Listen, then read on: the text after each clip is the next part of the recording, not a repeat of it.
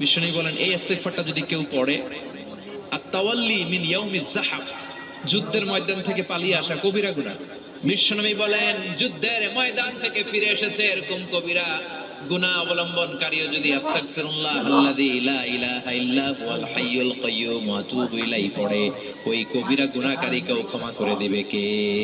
সাইয়েদনা আদম আলাইহিস সালাম ভুল করলেন, দুনিয়ায় এসে শত শত বছর কাঁদলেন, কিন্তু ক্ষমা হয় না। আল্লাহরে বললেন, আল্লাহ কি করলে ক্ষমা পাবো বলো?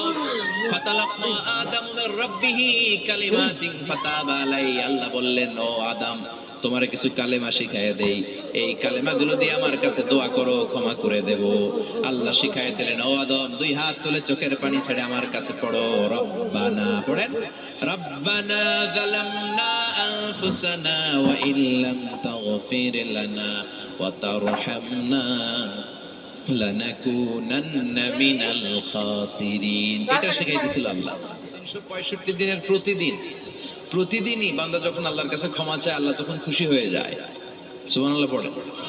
আর শয়তান নারাজ হয়ে যায়। আমাদের মিশন হচ্ছে আমরা আল্লাহরে খুশি করতে চাই, আর শয়তানের বিরুদ্ধে আমাদের অবস্থান। চিল্লায় বলেন ঠিক কিনা? এজন্য সব সময় প্রশংসা করব কার? শুকরগুজার হব আল্লাহর জন্য, ঠিক কিনা? বিশ্বনবী দোয়ায় বলতেন, আল্লাহুম্মা জাআলনি সাবুরা ওয়াজআলনি শাকুরা ওয়াজআলনি ফি আইনি সাগীরা ওয়া ফি আ'য়ুনিন নাসি কাবীরা। ও আল্লাহ, আপনি আমারে ধৈর্যশীল বানান, আপনি আমারে শুকরগুজার বান্দা বানান, আমার চোখে আমারে আপনি ছোট বানান, মানুষের চোখে আপনি আমারে বড় বানান। বিশ্বনবী সব সময় নামাজে সালাম ফেরানোর পরে পড়তেন আস্তাগফিরুল্লাহ। কি পড়তেন? 3 বার পড়তেন আস্তাগফিরুল্লাহ, আস্তাগফিরুল্লাহ, আস্তাগফিরুল্লাহ। আরো আছে আস্তাগফিরুল্লাহ আল্লাযী লা ইলাহা ইল্লা হুয়াল হাইয়ুল কাইয়্যুম ওয়া আতুবু ইলাইহি। বিশ্বনবী বলেন এই ইস্তিগফারটা যদি কেউ পড়ে আত-তাওয়াল্লি মিন ইয়াউমিজ যাহাফ, যুদ্ধের ময়দান থেকে পালিয়ে আসা কবিরা গুনাহ। কি গুনাহ? কাফেরদের সাথে যুদ্ধ। আমি তাগড়া যুবক, তলোয়ার নিয়ে নেমেছি, আমার দেহের এক ফোঁটা রক্ত থাকা পর্যন্ত আমি যুদ্ধ চালিয়ে যাব, আমি ফিরে আসতে পারবো না। আইনটা কার?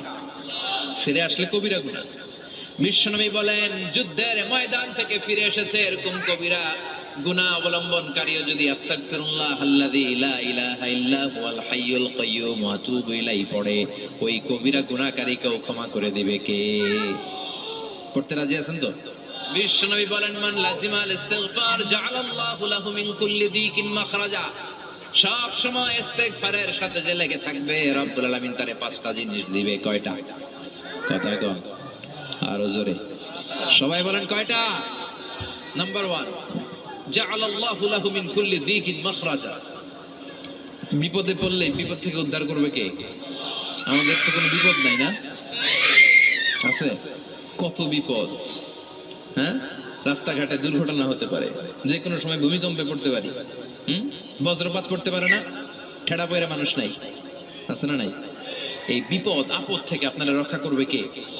যদি আপনি ইস্তিগফারের সাথে আঠার মতো লেগে থাকেন। কিসের সাথে? কথা বলেন। ইস্তিগফারের সাথে লেগে থাকতে পারলে 1 নাম্বার হচ্ছে বিপদে পড়লে আপনারে মুক্ত করে দিবে কে?